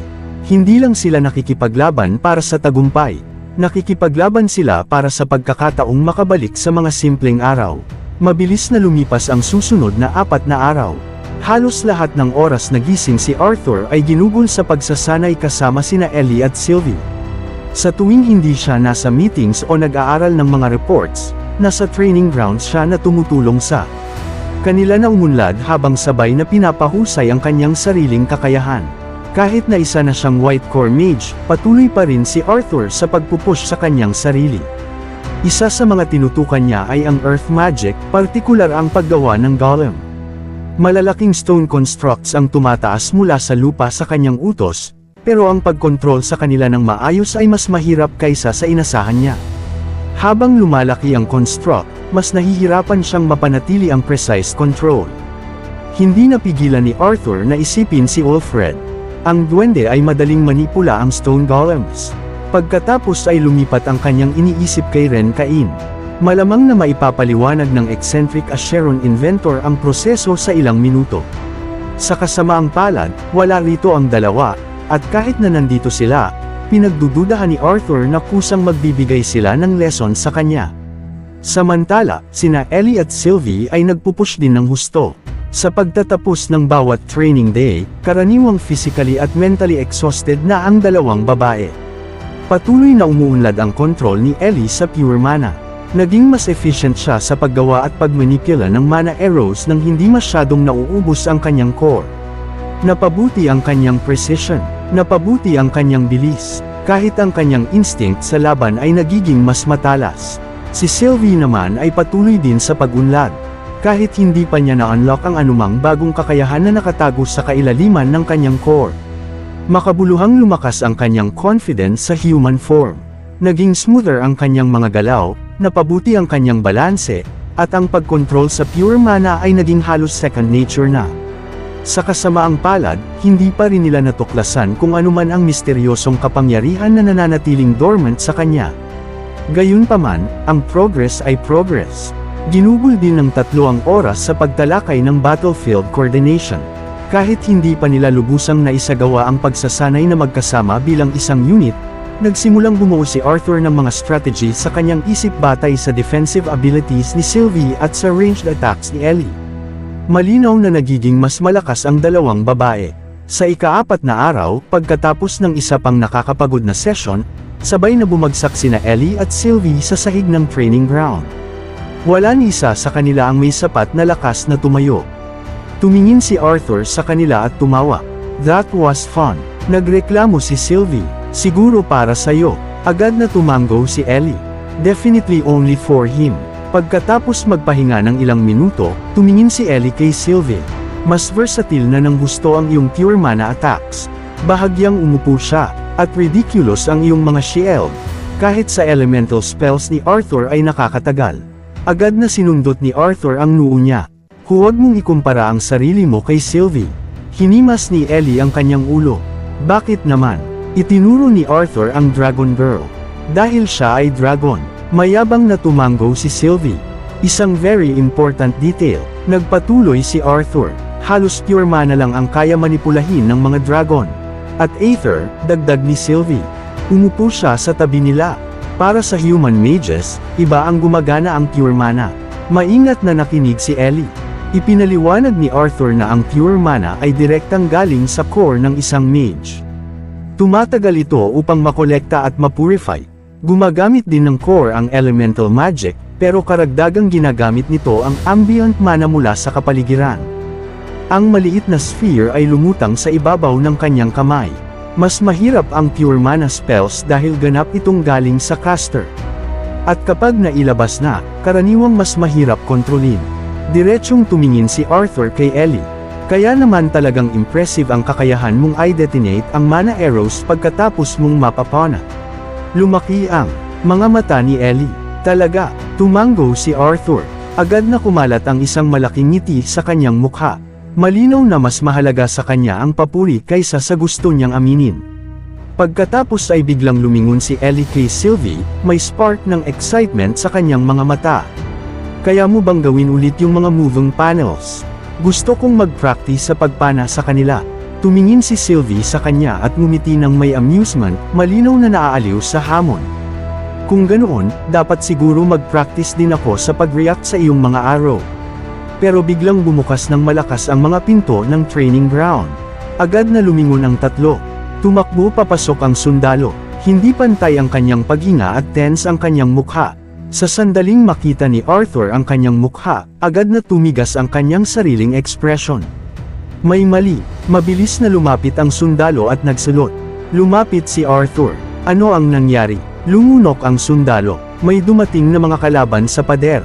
Nagsisimula ang chapter mga lods. Sandaling ibinigay ng sundalo ang ulat, agad na naintindihan ni Arthur ang kahulugan nito. Ang mas maliliit na atake at nagkalat na mga labanan na nagaganap sa buong kontinente ay biglang nagkaroon ng saysay. Hindi kailanman ito nilayong makamit ang anumang makabuluhang bagay ng mag-isa. Ito ay mga pagsusuri na maingat na binalak, mga pagsubok na nilayong sukatin ang mga depensa at reaksyon ng Dathan bago ang kaaway ay mag-commit sa isang bagay na mas malaki pa. Isang buong saklaw na paglusob ang dumarating. Tumigas ang ekspresyon ni Arthur. Naipaalam na ba sa konseho? Tanong niya nang walang pag-aalinlangan. Tumango agad ang sundalo. Oo, Lance Arthur. Naipaalam na sa konseho. Kasalukuyang isinasagawa ang mga paghahanda habang tayo ay nag-uusap. Nagbigay si Arthur ng matatag na tango. Mabuti, ako mismo ang mag-uulat kay Commander Virian. Tinalikuran niya ito upang umalis, ngunit bago pa siya makalayo ng ilang hakbang, biglang tumawag si Ellie.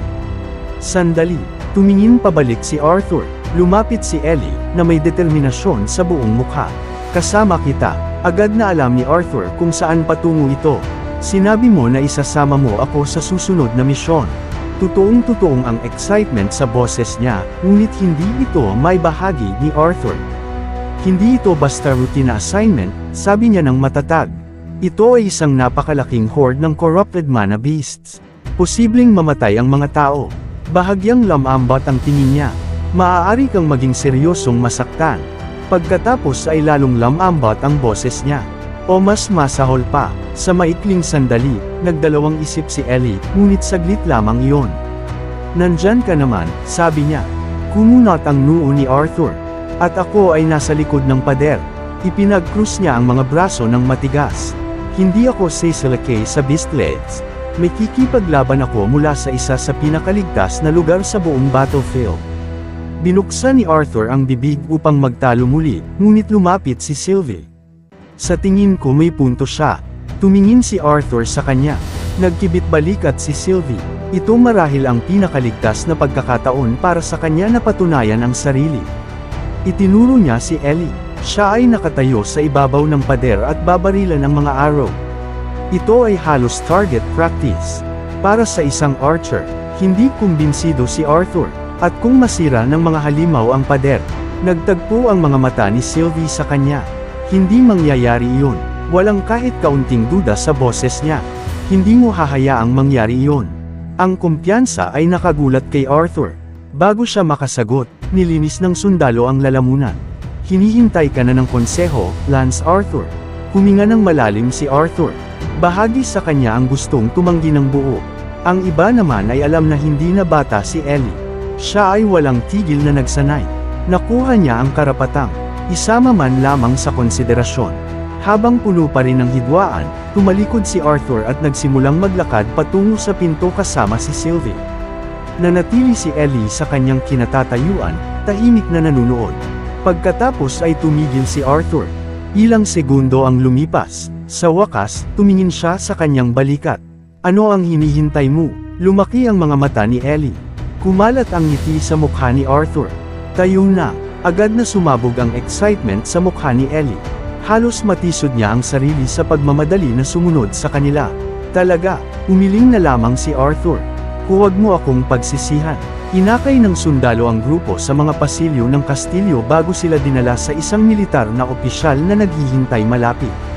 Huminto sa harap ng lalaki, sinaludo ng sundalo. Si Officer Sturgeon ang magbibigay ng briefing sa sitwasyon sa pader. Lumapit ang opisyal, Officer Jeweler Sturgeon.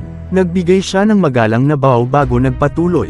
Isang miyembro ng aking reconnaissance squad na nakaistasyon malapit sa Beastblades ang responsable sa pagkakakita ng papalapit na horde.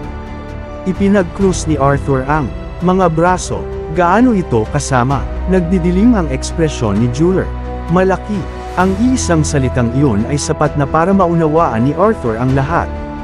Gayunpaman, hinayaan niya ang opisyal na magpatuloy.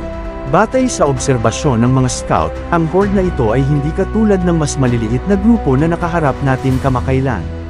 Makabuluhan ang bilang. Ipinag-cruise ni Sylvie ang mga braso. Mga mana beasts pa rin sila. Kahit corrupted mana beasts ay fundamentally naiiba sa retainers at scythes. Sumang-ayon si Arthur, ngunit ang bilang ay maaari pa ring maging mapanganib. Gaano katagal bago sila makarating sa pader? Sagot agad ni Jeweler. Sa kasalukuyang bilis nila, hindi hihigit sa 2 araw. Dahan-daang tumango si Arthur. Hindi gaanong maraming oras. Halos wala. May iba pa ba? Umiling si Jeweler. Iyon lang ang kasalukuyang impormasyon. Tumayo siya ng tuwid. Naipaalam na sa commander. Ang mga departure groups ay magkakasama sa teleportation dock sa loob ng 1 oras. Tumango si Arthur. Salamat, opisyal. Sinaludo si Jeweler bago umalis. Nang makaalis na ito, tumalikod si Arthur kay Ellie at Sylvie. Kayong dalawa, pumunta sa teleportation gate. Tiningnan siya ng dalawa. Kailangan ko munang makipag-usap kay Commander Virian. Tumango si Sylvie. Magkikita tayo doon. Pinanood ni Arthur silang umalis bago siya naglakad patungo sa opisina ni Virian. Nang pumasok si Arthur sa silid, hinihintay na siya ni Virian. Ipinagpalagay ko na ipinaalam sa iyo ni Officer Strawn. Tumango si Arthur. Oo. Ipinag-cruise ni Arthur ang mga braso. Walang nakitang retainers o scythes. Pagkatapos ay lalong naging seryoso ang ekspresyon niya. Ngunit mananatili akong mapagmatsyag. Gayunpaman, nagbigay si Virian ng approving na tango.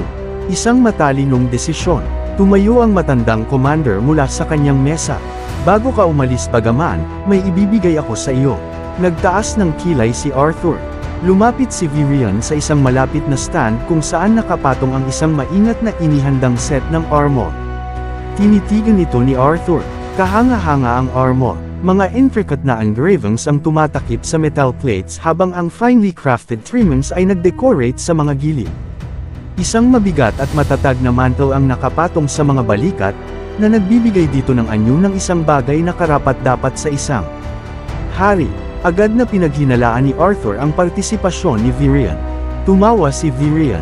Alam ko, hindi na kailangan ni Arthur na magsalita pa. Medyo flashy ito. Medyo, tanong ni Arthur. Inignore siya ni Virian. Ngunit mahalaga ang hitsura. Bahagyang lamambat ang ekspresyon niya. Kailangan ng mga sundalo sa pader ng mga simbolo ngayon. Itinuro niya ang armor. Kailangan nilang makita ang kanilang lance na kasama nila. Lumapit si Arthur. Sa mas malapit na pagsusuri, napagtanto niya. Hindi lamang dekorasyon ng armor. Bawat piraso ay dinisenyo na isinasaalang-alang ang labanan. Pinuprotektahan ng mga plates ang mga vital na bahagi ng hindi pinaghihigpitan ang paggalaw. Balanse na balanse ang weight distribution. Hindi katulad ng ceremonial armor, ito ay isang bagay na talagang maaari niyang labanan. Malinaw na malaking pag-iisip ang ginugol ni Virion dito. Makalipas ang maikling panahon, lumabas si Arthur na buong-buo na ang kagamitan. Perpektong bagay ang silver armor. Ang engraved plating ay sumasalamin sa ilaw ng silid.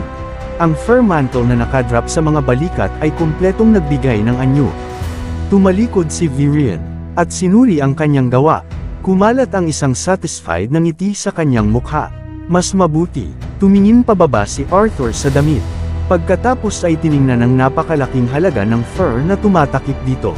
Hindi niya mapigil ang sabihin, talagang mahilig ka sa fur, ano? Sumabog sa tawa si Virion. Talaga nga, bahagyang inayos niya ang mantle. Ang mantle na iyan ay talagang isang lumang piraso ko. Nagulat si Arthur. Tumango nang may pagmamalaki si Virion. Isinuot ko ito noong bata pa ako. Kumislap ang kanyang mga mata sa nostalgia. Bagaman, kung magiging tapat ako, mas maganda ito sa akin. Tumawa si Arthur. Ngumisi si Virion. Ngunit hayaan kitang hiramin ito gayon paman. Sa isang sandali, tumigil ang katahimikan sa pagitan nila. Tiningnan ni Arthur ang matandang commander. Bumalik ang mga alaala, ang kanilang mga training sessions, ang mga aral ni Virion, ang hindi mabilang na pagkakataon na ginabayan siya ng matanda sa mga imposible sitwasyon. Ang lalaki ay naging higit pa sa isang commander. Naging pamilya na siya. Taos-pusong yumuko si Arthur. Salamat. Nagtaas ng kilay si Virion. Para sa armor, umiling si Arthur. Para sa lahat. Sa maikling sandali, lumambot ang ekspresyon ni Virion. Pagkatapos ay ngumiti ang matandang commander. Kung talagang gusto mong pasalamatan ako, tumalim ang kanyang mga mata. Pigilan mo ang pagbagsak ng pader. Tumayo ng tuwid si Arthur. Ang bigat ng misyon ay nanatili sa kanyang mga balikat. Inilagay niya ang kamao sa dibdib. Mayroon kang aking salita, at sa gayon, ganap na nakasuot ng armor at handa para sa digmaan. Tumalikod si Arthur patungo sa pinto at naghanda upang umalis patungo sa pader. Habang sumusunod si Arthur kay Virion pababa sa grand staircase ng floating castle, nagulat siya nang makita ang isang malaking pagtitipon na naghihintay sa ibaba. Naroon ang buong konseho, mga hari, reyna, matatanda, mga commander, at mga tagapayo ay nakatayo malapit sa departure platform. Nagtaas ng kilay si Arthur. Hindi ko inasahan ang ganitong karaming tao. Tumawa si Virion sa tabi niya. Siyempre, narito sila. Itinuro ng matandang commander ang mga pinuno. Gusto nilang samahan kang umalis. Bahagyang umiling si Arthur, ngunit hindi niya may kakaila na pinahahalagahan niya ang galaw. Bago siya makapagsalita pa, itinuro ni Virion ang dalawang naghihintay na mages na nakatayo malapit. May ilang tao akong gustong ipakilala sa iyo. Agad na lumapit ang dalawang mages. Ito si Gavet Long. Yumuko ng magalang ang unang lalaki. Isang karangalan ang maglingkod sa ilalim mo, Lance Arthur. Pagkatapos ay itinuro ni Virion ang pangalawang mage. At ito si Callum Hem. Nagbigay din si Callum ng magalang na bow. Magbibigay kami ng suporta sa pader. Ibinigay ni Arthur ang pagbati bago lumipat ang tingin niya sa napakalaking flying mounts na nakakumpol malapit sa gilid ng platform. Ilang wind-attributed beasts ang naghihintay ng matyaga habang nilalagyan ng mga sundalo ng supplies ang kanilang likod. Ipinagpalagay ko na sa himpapawid tayo maglalakbay, tanong ni Arthur. Tumango si Virion. Oo, ipinag-cruise niya ang mga kamay sa likod. Ang pinakamalapit na teleportation gate ay nasa Blackben City, at ang linya ng tren ay hindi pa tapos ang konstruksyon. Lumipat ang kanyang mga mata patungo sa abot tanaw. Sa kabutihang palad, hindi masyadong malayo ang floating castle sa pader. Tumango si Arthur bilang pag-unawa. Pagkatapos ay lumipat ang atensyon niya kay Sylvie, Ellie, at buo. Tinitigan niya ng may pag-iisip ang Dragon Girl. Sylvie, kakayanin mo bang buhatin si Ellie habang hawak si buo? Ipinag-cruise ni Sylvie ang mga braso ng may kumpiyansa. Kung hindi masyadong mahaba ang biyahe, kakayanin ko. Bago makasagot si Arthur, tinitigan ni Gavit si Sylvie at Ellie nang may pagdududa. Ang maliit na babae at ang kanyang alagang cub ay sasama rin. Lumaki ang kanyang mga mata. Patungo tayo sa isang horde ng corrupted mana beasts. Agad na tumigas ang ekspresyon ni Arthur. Siya ay isang adept conjurer. Ang boses niya ay may sapat na awtoridad upang patahimikin agad ang mage. Magiging mahalaga siya. Pagkatapos ay nagtaas ng kilay si Arthur. At mula kailan naging katanggap-tanggap na tawagin ang kapatid ng isang general na maliit na babae. Natigilan si Gavit. Bumalik sa kanyang mukha ang pagkaunawa. Agad na namutla ang ekspresyon niya. Paumanhin, Lance Arthur, paulit-ulit siyang yumuko. Hindi ko alam na kapatid mo siya. Bago pa lalong maging awkward ang sitwasyon, sumabog sa tawa si Buo. Sinampal ng Dwarf Elder si Gavit sa balikat ng malakas. Na halos matamba siya. Relax, malapad ang ngiti niya. May anak si Gavit na halos kasing edad ni Ellie. Bahagyang lamambat ang ekspresyon niya. Nag-aalala lang siya. Tumanggo nang nahihiya si Gavit. Totoo iyon. Mabilis na nawala ang tensyon. Malapit dito, lumapit si Queen Priscilla kay Ellie. Bahagyang lamambat ang regal na ekspresyon ng Reyna. May kahanga-hangang talento ka para sa iyong edad. Agad na tumayo ng tuwid si Ellie. Ngumiti si Priscilla. Ang iyong mga kakayahan ay magbibigay ng mahalagang suporta sa mga tropa na nakaistasyon sa pader. Lumiwanag ang mukha ni Ellie. Salamat, Your Majesty. Pagkatapos ay lumapit si King Blaine. Hindi katulad ng iba, na natiling seryoso ang ekspresyon niya. Diretsong tinitigan niya si Arthur. Alagaan mo ang ating mga sundalo doon. Hindi nawala kay Arthur ang bigat sa likod ng mga salitang iyon. Libu-libong buhay ang nakasalalay sa mangyayari sa susunod na ilang araw. Nagtagpo ang tingin ni Arthur sa hari. Gagawin ko. Ang sagot niya ay may ganap na katiyakan. Tumanggo ng approving si Virian. Kung gayon, oras na. Itinaas ng commander ang boses. Maghanda para sa pag-alis. Agad na gumalaw ang mga sundalo. Naisigurado ang flying mounts. Sinuri ang kagamitan. Nagsimula ang mga huling paghahanda. Papunta na si Arthur kay Sylvie nang may isa pang boses na tumawag sa likuran niya. Arthur, tumingin siya. Naroon si King Aldwan at Queen Mariel. May maliit na cloth bag sa mga kamay ni Mariel. Iniabot niya ito kay Arthur. Hindi kasalukuyang nakaistasyon si Theseus sa pader. Tinanggap ni Arthur ang bag. Ngumiti ng mahinahon si Mariel. Ngunit kung sakaling makita mo siya, tiningnan niya ang bag. Ginawa ko ang paborito niyang candy. Tumingin pababa si Arthur bago ngumiti. Sisiguraduhin kung makukuha niya ito. Mahinang tumawa si Mariel. Hindi mo kailangang hanapin siya. Pagkatapos ay kumislap ang kanyang mga mata sa amusement. Palagi naman kayong nagkikita sa huli. Hindi makakapagtalo si Arthur dito. Sa sandaling iyon, lumapit si Sylvie. Isang matingkad na kidlat ng liwanag ang sumabog sa paligid niya. Sumugod ang mana palabas. Mabilis na lumaki ang kanyang katawan. Sa loob lamang ng ilang segundo, nawala ang maliit na babae. Sa kanyang lugar ay tumayo ang isang kahanga-hangang itim na dragon. Malalaking pakpak. Ang bamuka sa platform. Kumikinang ang madilim na kaliskis sa ilalim ng sikat ng araw. Pinanood ng mga miyembro ng konseho ng may pagkamangha. Kahit nakita na nila ang kanyang pagbabago noon, mahirap pa rin hindi maging impressed. Malapad ang ngiti ni Han. Good luck, boy. Tumanggo si Arthur. Pagkatapos ay lumipat ang kanyang mga mata kay Virion sa huling pagkakataon. Ngumiti na lamang ang matandang commander. Hindi na kailangan pa ng karagdagang salita. Lahat ng kailangang sabihin ay nasabi na.